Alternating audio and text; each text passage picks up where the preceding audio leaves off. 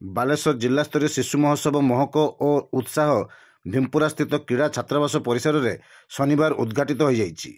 जिलापाल सूर्यवंशी मयूर विकास यह महोत्सव को उद्घाटन करी एभली कार्यक्रम द्वारा पिलामानंक मध्य थिबा लुक्कायित प्रतिभा आगक आसीपार बोली कहिथिले।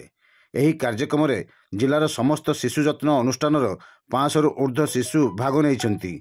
एही दुई दिनिया कार्यक्रम कृति प्रतियोगी माननकु पुरस्कृत करा जिवो। एही उद्घाटनी उत्सव रे एसपी राज प्रसाद, जिला क्रीड़ा अधिकारी पूर्णचंद्र जेना, शिशु मंगल कमिटी सदस्य प्रोफेसर शत्रुघ्न मल्लिक प्रमुख जोगदी बेले जिला शिशु सुरक्षा अधिकारी देवांगना बारिक कार्यक्रम को परिचालना बहुमूल्य समय देले। सर आउ टिके मु रिक्वेस्ट करिवे कि सर आपण जदी हमर इवेंट्स को इनागुरेशन सर करिवे।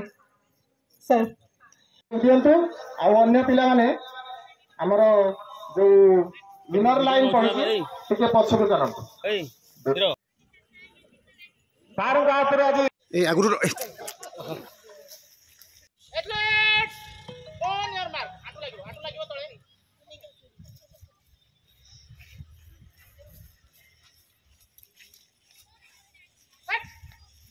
Yes.